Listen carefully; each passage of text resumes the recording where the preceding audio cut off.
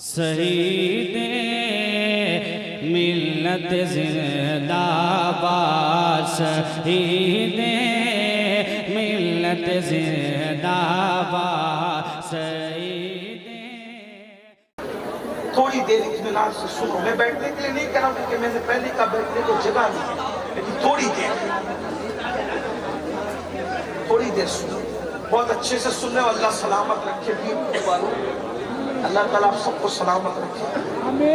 کیا عرض کر رہا ہوں کہ جوانی کو اگر غلط استعمال کرو تو بڑھاپا اتنا دردناک مسلط کرے گا۔ اللہ میں نہیں کہہ رہا ہوں، صوفیہ کہہ رہے ہیں، سلطان دین تارے گنتے لوگ، اور جو جوانی میں پاپ نہیں کرتے، اللہ کی عبادت کرتے ہیں، ان کا بڑھاپا بہت خوبصورت ہو سکتا ہے۔ میں 2-3 گناہ کا ذکر کر کے نتیجہ پیش کر کے بات پوری کرتا ہوں۔ آج سب سے بڑا گناہ جو ہمارے سماج میں ہو رہا ہے، سب سے بڑا گناہ جو اللہ کے نزدیک ہے، وہ ہے بے نمازی۔ ہم نماز نہیں پڑھتے۔ نماز نہ پڑھنا کیا ہے؟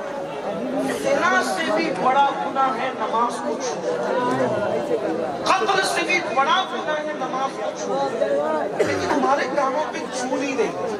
ہم کسی کو قتل کرنے سے ڈرتے ہیں، ڈرنا بھی چاہیے، لیکن ہم نماز چھوڑنے سے نہیں ڈرتے، ڈرنے سے نماز چھوڑ دیتے ہیں۔ بلکہ میں تو یہ رونا روتا ہوں اکثر ہر جگہ، میں تو یہ کہتا ہوں کہ کاش کہ ہم سب مل کر ہماری قوم کی نماز پر ہی محنت کریں، کیونکہ جس دن میری قوم نمازی بنے گی اس دن یہ سارے جرائم اور گناہ برائیاں اور اصلاح معاشرہ کے جلسے کی جو وہ ضرورت ہی ختم ہے۔ کیوں؟ کیونکہ نماز سے پڑھ کر معاشرے کی اصلاح کے لیے کوئی نسخہ ہمارے پاس نہیں ہے۔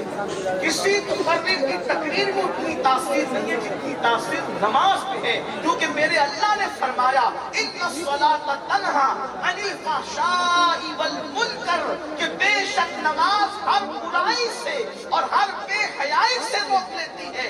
ایک جوان کے بارے میں صحابہ نے شکایت کی، یا رسول اللہ یہ جوان گناہ کرتا ہے، تو میرے سچے ساتھی کو مصدوق نبی نے پوچھا کیا یہ جوان جس کے گناہ کی شکایت کر رہی ہو وہ نماز بھی پڑھتا ہے؟ تو صحابہ کرام نے عرض کیا یا رسول اللہ ہاں وہ نماز بھی پڑھتا ہے۔ تو آقا نے ارشاد فرمایا اگر یہ نماز پڑھتا ہے تو ایک دن اس کی نماز اس کو برائی سے روک لے گی۔ چند ہی دن گزرے تھے کہ اس نے نماز کی برکت سے اس کے گناہ چھوٹ گئے۔ میرے آقا صلی اللہ علیہ وسلم کے دیوانوں، تو میں عرض یہ کر رہا تھا جلدی 2-3 گناہ پڑھنا ہے مجھے، لیکن دل کے کانوں سے سن لو، اپنی آخرت سنبھال لو، ورنہ بڑھاپا بڑا دردناک ہوگا۔ جا کر ان بتوں سے پوچھو جو پوتوں کو بلاتے ہیں تو پوتا بھی آنے کو تیار نہیں، جو پوتیوں کو بلاتے ہیں تو پوتیاں جو ہے وہ گود سے نکل کر کے بھاگ جاتی ہے۔ اللہ اکبر۔ اور بیوی کا تو حال یہ ہے، نفرتوں کی دیوار اتنی بڑی بڑھاپے میں کھڑی ہو جاتی ہے کہ بڑے میاں اور بڑی بیوی کے ملنے کے بھی چانسز ختم ہو جاتے ہیں۔ اللہ اکبر، اللہ اکبر۔ بہت مجبور بڑھاپا ان کا ہے جنہوں نے جوانی میں پاپ کیے۔ لیکن ایک بات آپ کو بتاؤں، جو اللہ والے جوانی میں گناہ سے بچتے ہیں، بڈھے ہو جاتے ہیں، چلنے کے قابل نہیں رہتے، لکڑی ٹیک کر کے چلتے ہیں، پھر بھی خدا ان کو اتنی عزت دیتا ہے کہ لوگ 200-300 کلومیٹر کا سفر طے کر کے صرف ان کی دعائیں لینے کے لیے آتے ہیں۔ اللہ اکبر۔ معصوم ملت دعا کر دو، سعید ملت دعا کر دو، تاج الشریعہ دعا کر دو، محدث اعظم دعا کر دو، مفتی اعظم دعا کر دو۔ آپ غور تو فرمائیں آخری بوڑھوں کی عزت کیوں ہے؟ میں بوڑھا کہہ کے انہیں ذلیل نہیں کر رہا ہوں، استغفر اللہ، اللہ میری نیت کو جانتا ہے، لیکن بڑھاپے میں اللہ اکبر ہم نے دیکھا تاج الشریعہ رحمت اللہ تعالی علیہ آنکھوں کی بینائی کمزور ہونے کے باوجود بھی مقرروں کو سننے کے لیے اتنے جمع نہیں ہوتے تھے جتنا اس مرد قلندر کی زیارت کے لیے جمع ہوتے تھے۔ پتا چلا تقوی والے کا بڑھاپا جوانے والوں کی جوانی کی بارات سے بھی زیادہ قیمتی ہوا کرتا ہے۔ کوئی رسول اللہ کا وفادار تو بن کے دیکھے، کوئی متقی تو بن کے دیکھے، کوئی پرہیزگار تو بن کے دیکھے، اللہ تمہیں بھی وہ عزت بھی عطا فرمائے گا۔ لیکن آج سب سے پہلی بات ترک صلاۃ اس کی کوئی ہے؟ میں نے تو دیکھا کہ بعض لوگ نماز کا مذاق، اللہ کے سچے رسول صادق و مصدوق صلی اللہ علیہ وآلہ وسلم فرماتے ہیں الا لا دین لا صلاۃ، اور کما قال علیہ الصلوۃ والتسلیم، اس کا دین نہیں ہے جس کی نماز نہیں ہے۔ اور نماز چھوڑنے کا گناہ امام غزالی رحمت اللہ علیہ کی نیائے سعادت میں نقل کرتے ہیں، ایک عورت آئی، پہلے بھی موجود ہے، مردوں سے زیادہ کمزوری نماز کے معاملے میں عورتیں تو نماز پڑھتی ہیں، سیریل فلمیں نماز کے بلکہ اپنے چھوٹی جلسوں کی آپ برا نہیں مانے تو اتنا ضرور کہوں گا، آتے ہیں تو عشاء پڑے بغیر آتے ہیں، جاتے ہیں تو فجر سے پہلے ہی سو جاتے ہیں۔ میرے بھائی کربلا والوں کی مخالفت کر رہے ہو تم لوگ، یزید نام یزید کے ساتھ یزیدیت کر رہا تھا، اگر جان بخشی کر دے تو میں یہ جملہ ضرور کہوں گا، میرپور والوں اگر آئندہ نہ بلانا، شوق سے نہ بلانا، یہ ضرور کہوں گا، وہ یزید کہلا کر یزیدیت کو زندہ کر رہا تھا، اور تم حسینی کہلا کر کے یزیدیت کو زندہ کرتے ہو۔ حسینیت کے لبادے میں بے نمازیوں، تم سے بڑا یزیدی کردار کو زندہ کرنے والا کون ہے؟ میں تمہیں یزیدی نہیں کہہ رہا ہوں، میں کبھی کہہ سکتا ہوں، کبھی یہ جرأت نہیں، لیکن کردار یزید کو زندہ کرنے والا امام حسین نماز بچانے کے لیے جانتے ہیں، اور حسین پاک کے جلسے میں نماز کے برکت، اور نماز پڑھے بغیر سو جاتے ہو، بلکہ جلسے کی تیاری میں کئی نمازیں چھوڑ دیتے ہو، مہمانوں کی خدمت میں کئی نمازیں چھوڑ دیتے ہو۔ مجھے بتاؤ تو صحیح، اللہ کے رسول حالت جنگ میں بھی نماز نہیں چھوڑ رہے ہیں، اور ہم جلسے کی تیاری کے لیے حضور نے احد میں اعلان کیا تھا، جو جہاں میں وہیں کھڑے رہ کر کے نماز پڑھے۔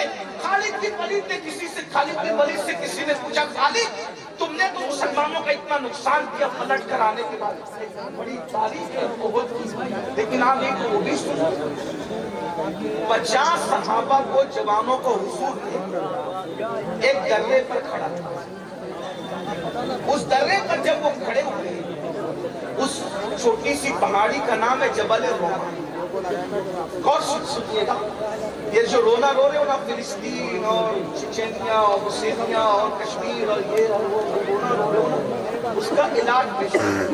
میری عادت میں کوشش کرتا ہوں کہ مرض کا رونا رونے کی بجائے علاج پر بات زیادہ کی جائے، کیونکہ درد بھری باتوں سے مسائل کا حل ہے۔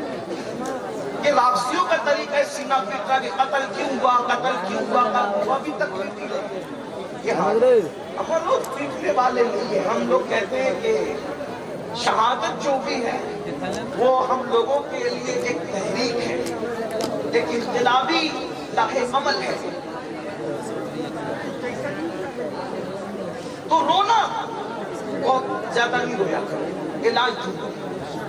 اس درے پر 50 صحابہ کو عبداللہ ابن زبیر نہیں بلکہ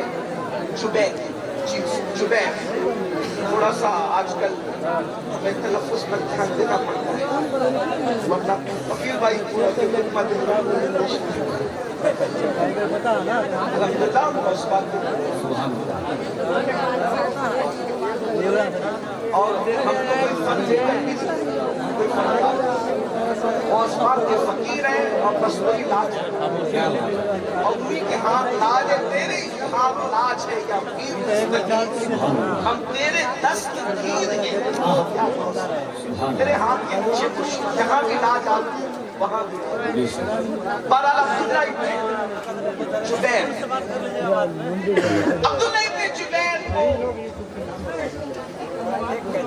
کو 50 صحابہ دے کر کے کہا کہ اگر حضور کا فرمان سنو، اگر ہم ہٹ رہے ہوں تو بھی تم نے نیچے نہیں آنا، اور اگر ہم جنگ جیت چکے ہو تو بھی تم نیچے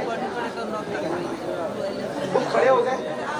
اور وہ تمہیں صحابہ نے وہ جوان مردی دکھائی کہ چند منٹ کے اندر وہ نامردوں کو بھاگتے پڑے جو آئے تھے مصطفیٰ جان محمد کو ختم کر دی تھے۔ جنہوں نے اسلام کیا ان کے لیے جھنڈا لے جو مر گئے ان کے لیے ویسی نامردی دکھائی کہ بھاگے ہوئے، اور جب بھاگے تو جو 50 صحابہ تھے انہوں نے اکثر نے اجتہاد کیا، اجتہاد نے کیا کہ جنگ ختم ہو گئی چلو نیچے۔ ابن جبیر نے کہا نہیں، حضور نے منع کیا، آقا نے جب تک ہمیں نہیں بلایا تب تک ہم نے نہیں جانا تھا۔ حضور نے حالت جنگ میں منع کیا تھا نیچے اترنے کو، جب جنگ ختم ہی ہو گئی ہے تو پھر رکنے کا مطلب کیا ہے؟ بہت روکا، ابن جبیر نہیں رکے، ان میں سے اکثر اتر گئے۔ ایک تاریخی روایت کے مطابق 12 یا 14 جوان بچے، باقی سب نیچے اتر۔ جب ان سے وہ درہ خالی دیکھا، جب وہ پہاڑ کا وہ خالی دیکھا تو وہ حضرت خالد ابن ولید پلٹ کھڑا اور حملہ کیا، اور مسلمانوں کے جو قدم اکھڑے ہیں، جو قدم اکھڑے ہیں، پھر اسی کے بعد حضرت امیر حمزہ کی شہادت، حضرت سیدنا اللہ اکبر مصعب ابن عمیر کی شہادت، عبداللہ ابن جہش کی شہادت، حضرت شماس کی شہادت۔ حضرت شماس وہ صحابی اللہ اکبر کہ حضور پر وہ آس پاس گھوم کر تیر اپنے سینے پہ لیتے تھے۔ 70 صحابہ، حضرت حنظلہ کی شہادت، وسیل الملائکہ حضرت سیدنا حنظلہ رضی اللہ تبارک و تعالیٰ کی شہادت۔ اور پھر یہ کیوں ہوا؟ یہ کیوں ہوئی؟ 70 جانے گئی، 70 کیوں؟ حضور کے ایک فرمان پہ عمل نہیں ہوا۔ 70 میری قوم کے جوانوں ذرا غور کرو، حضور کے ایک فرمان پہ، نہ میں اس کو خطا کہہ رہا ہوں نہ غلطی کہہ رہا ہوں، خود کسی یہ کہہ رہا ہوں، ایک فرمان پر عمل نہیں ہوا۔ کس سے؟ روئے زمین پر اصحاب رسول سے بڑی انبیاء کے بعد کوئی قوم ہی نہیں۔ مقام نبوت کے بعد سب سے بڑا منصب اگر کوئی ہے تو وہ اصحاب مصطفیٰ، اس لیے کہ انہوں نے اپنی آنکھوں سے مصطفیٰ جان رحمت کا دیدار کیا۔ بھائیو، جن زلفوں کا ذکر کر کے ہم مچل رہے ہیں، انہوں نے ان زلفوں کو مصطفیٰ جان رحمت کے کندھوں پر لہراتے ہوئے دیکھا۔ جن آنکھوں کا تذکرہ کرتے ہوئے ہماری آنکھوں میں آنسو ہے، انہوں نے ان مازاد آنکھوں کو اپنی آنکھوں سے دیکھا ہے۔ جس چہرے بددعا پر ہم قربان ہونے کی بات کرتے ہیں، اس رخ بددعا کو انہوں نے بار بار دیکھا ہے۔ اللہ اکبر! کیا وہ آنکھیں بھی میرے امام کہتے ہیں خدا ان کو کس پیار سے دیکھتا ہے جو آنکھیں ہیں محو لقائے محمد۔ اللہ اکبر! کیا شان والے وہ تھے، لیکن اس کے باوجود بھی۔ اور پھر بڑی بات بتاؤں، جن کے گھوڑوں کی ٹاپ سے لگنے والی دھول کی قسم قدرت اٹھائے، وَالْعَادِيَاتِ ضَبْحًا فَالْمُورِيَاتِ قَدْحًا، ارے جن کے گھوڑوں کی ٹاپوں کی قسم، بلکہ گھوڑوں کی ٹاپوں سے لگنے والی دھول کی قسم قدرت اٹھاتی ہے، جن کے گھوڑوں کی دھول کی یہ شان ہے، ان کے خود کے وجود کی شان کا عالم کیا ہو؟ یہ صحابہ کرام، لیکن ایک بات پر عمل نہیں ہوا۔ 70 جانے گئے، 50 سے زیادہ عورتیں بیوہ ہوئی۔ توجہ کرنا، ایک بات پر حضور کے عمل نہیں ہوتا ہے۔ توجہ آپ کی بہت اچھے سے سن لو، بات بہت نازک مقام پر آ گئی، شاید اسی میں بات پوری کر دوں، لیکن توجہ، ایک بات پر حضور کے عمل نہیں ہوا۔ 70 جانے گئی، 50 سے زیادہ عورتیں بیوہ ہوئی، 100 سے زائد بچے یتیم ہوئے، اتنے گھر اجڑے۔ اگر حضور علیہ السلام کی ایک بات پر عمل دور رسالت میں نہ ہو تو 70 جانے جاتی ہے، 50 سے زائد بچے، 50 سے زائد عورتیں بیوہ ہوتی ہے، کم و بیش 100 سے زائد بچے بچے اور بچیاں یتیم ہوتے ہیں، اتنے گھروں کے اندر جو ہے اداسی چھا جاتی ہے۔ میری قوم کے جوانوں، اب اپنی تباہی کا رونا رونے والوں، اپنی بربادی کا رونا رونے والوں، اگر صحابہ کرام ایک بات پر عمل نہ کرے اپنے اجتہاد کی بنیاد پر تو اتنا نقصان ہوتا ہے۔ اللہ اکبر، یہ قوم جو فرائض کو ترک کرے، فرائض کو چھوڑے، اپنی مرضی کے مطابق زندگی گزارے، پھر کتنی جانے جائے گی۔ اگر فلسطین میں اٹھنے والے جنازوں سے محبت ہے تو اپنا کردار بھی تو دیکھو۔ اگر تم زنا کے اڈوں کو آباد کرتے رہو گے تو کیا یہ جنازے نہ اٹھیں گے؟ آپ سے پوچھتا ہوں، بظاہر عمل کس نے نہیں کیا تھا؟ جنہوں نے عمل نہیں کیا تھا ان کی جانیں تو اکثر کی محفوظ رہی، لیکن دوسرے بزرگ شہید ہوئے نا، تو کہیں ایسا تو نہیں اگر فلسطین میں میرے کسی بھائی کا جنازہ اٹھ رہا ہے تو وہ میرے کسی جوان کے زنا کی نحوست تو نہیں ہے، تاج کے پتوں کی نحوست تو نہیں ہے، مسجدوں کو ویران کرنے کی نحوست تو نہیں ہے۔ اللہ اکبر، اگر نوجوان عورتیں پوری دنیا کے اندر بیوہ ہو رہی ہے تو کہیں وہ ہمارے جرائم کی نحوست تو نہیں ہے۔ اتنا تمہیں قوم کا درد ہے کہ آنے والی ویڈیوز کو شیئر کر کے تم لوگ بہت زیادہ سبکدوش ہونے کی کوشش کرتے ہو ذمہ داریوں سے۔ کبھی سوچا کہیں میرے گناہ میری قوم کی تباہی کا سبب تو نہیں بن رہے ہیں؟ اللہ اکبر، رب کو کیا منہ دکھاؤ گے؟ تمہیں بات جو کہنے چلا تھا، خالد ابن ولید سے کسی نے پوچھا، اے خالد سیف اللہ، تم لوگوں نے تو احد میں مسلمانوں کا بہت بڑا نقصان کیا تھا، حضرت امیر حمزہ جیسی ہستی کا سینہ چیرا گیا تھا، کلیجہ نکالا گیا تھا، اور کچا چبانے والوں نے امیر حمزہ کا کلیجہ کچا چبایا، انگلیاں کاٹنے والوں نے انگلیاں کاٹ کر کے گلے میں پہنا تھا، کان اور ہونٹ کاٹنے والوں نے کان، ہونٹ اور ناک کاٹ کر کے اپنے گلے میں پہنے۔ کتنی قربانیاں دی گئی جب یہ دین ہم تک پہنچا۔ آج اس دن کی اہمیت نہیں، جلسوں سے دین نہیں پہنچا، یہ جلسے تو کسی کی جیب خالی کر کے کسی کی جیب بھر رہے ہیں۔ دین پھیلانے والے تو دین پھیلاتے پھیلاتے مالدار سے غریب ہو گئے۔ تمہیں کیا پتا؟ بہت جانے گئی میرے بھائی، بہت عورتوں کا سہاگ ملا ہے، بہت عورتوں کا سہاگ، بہت بچے بیوہ ہوئے ہیں، بہت گھروں میں چراغ بجھے تب دین کا چراغ روشن ہوا۔ ارے خود اوروں کا گھر تو جانے دو، خود اللہ کے رسول کا جو گھر تھا اس کا کیا حال تھا؟ جس دن رسول اللہ نے نکاح کیا تھا سیدہ خدیجہ الکبریٰ کے ساتھ، اس دن خدیجہ اتنی مالدار تھی کہ ملکہ تجار تھی۔ بہنوں کی توجہ، بہت تکلیف، بہت مصیبتیں، بہت قربانیاں اس دین کے پیچھے۔ آج لوگ دین کی خدمت کرتے کرتے غریب مالدار ہو گئے، لیکن یہ اس دور کی بات ہے جب مالدار لوگ دین کی خدمت کرتے کرتے غریب ہو گئے۔ سیدہ خدیجہ الکبریٰ جس دن حضور کے ساتھ نکاح ہوا ہے، پورے مکے کے سب سے مالدار عورت، سب سے مالدار عورت، اتنا مال کہ پورے مکے والوں کا مال جمع کرو تو خدیجہ کے مال کا 10% بنتا تھا۔ کوئی مبالغہ نہیں کرتا، تاریخ میں کہیں بھی چیلنج کر سکتے، حالانکہ میں چیلنج والا آدمی طالب علم ہوں۔ خدیجہ کا پہلا اونٹ مال سے بھرا ہوا گھر کے پاس کھڑا ہوتا تھا تو آخری اونٹ جو ہے مکہ المکرمہ کی سرحد کو پار کرتا۔ اتنی مالدار تھی وہ خاتون جسے سیدہ فاطمہ الزہرا کی امی ہونے کا شرف تھا، جسے حسنین کی نانی ہونے کا شرف۔ لیکن میری بہنوں کو بھی بتا دیا جائے، نماز سے دور بہنوں، زیور اور کپڑوں میں ڈوب کر کے زندگی گزارنے والی میری بہنوں، سیریل کی اداکارہ کو آئیڈیل بنانے والی میری بہنوں، تمہیں پتا ہونا چاہیے جس دن سیدہ خدیجہ کی زندگی کا آخری دن تھا، اس دن خدیجہ الکبریٰ کے گھر میں چراغ جلانے کے لیے تیل بھی نہیں تھا۔ اتنی مالدار خاتون اتنی غریب ہو گئی تھی کہ اس کے گھر میں کئی دن سے چولہا نہیں جلا۔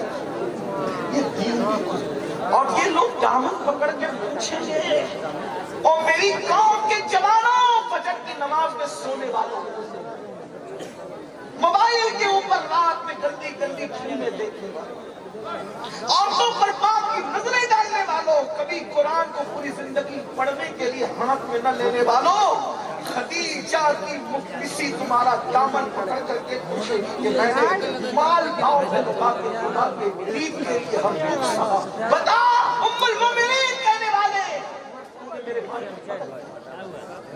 کیا جواب دو گے سیدہ کی امی کو؟ اور جو سیدہ کی ماں کی بارگاہ میں ناکام ہوگا کیا حسنین جنت میں لے جائیں گے؟ ہمیں کبھی ان کے درد کا درد ہے، ان کے دکھوں کا درد، ان کی قربانیوں کا احساس ہے؟ سن لیں اور بات آئی تو سن، یہ خدیجہ کبریٰ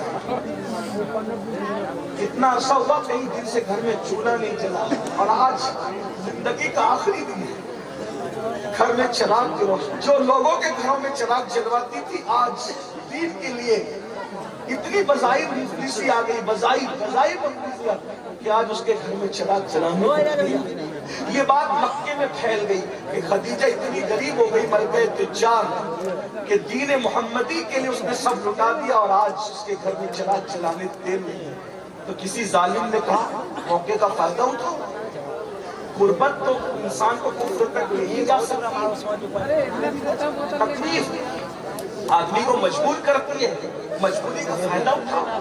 خدیجہ الکبریٰ کی بچپن کی سہیلی تھی، بچپن کی سہیلی کو پم بھر کے بھیجا، تیار کر کے بھیجا، جاؤ آج خدیجہ کو ورغلانے کا موقع ہے، خدیجہ کو ورغلا لو۔ وہ بچپن کی سہیلی آئی، خدیجہ الکبریٰ لیتی ہے۔ سوچو تو سیدہ کی امی کی کیا حالت ہوگی، ایک تو بیماری نے توڑ دیا ہے، اور دوسرا گھر میں کئی دن سے چولہا نہیں جلا ہے۔ میرے بھائی جس کے گھر میں کھانا نہیں تھا اس کو دوا کیا میسر آ سکتی تھی؟ یہ دین کی خدمت کرنے والوں کی محنت، ہمارا کچھ بھی نہیں ہے نا دین کے لیے، اس لیے ہمیں احساس نہیں۔ ہم تو مسلمان باپ کے گھر میں مسلمان ہوتے، ہمارا کیا ہے، ہمیں کیا ہے، دین سے ہمارا تعلق کیا ہے، ذرا بتاؤ نا۔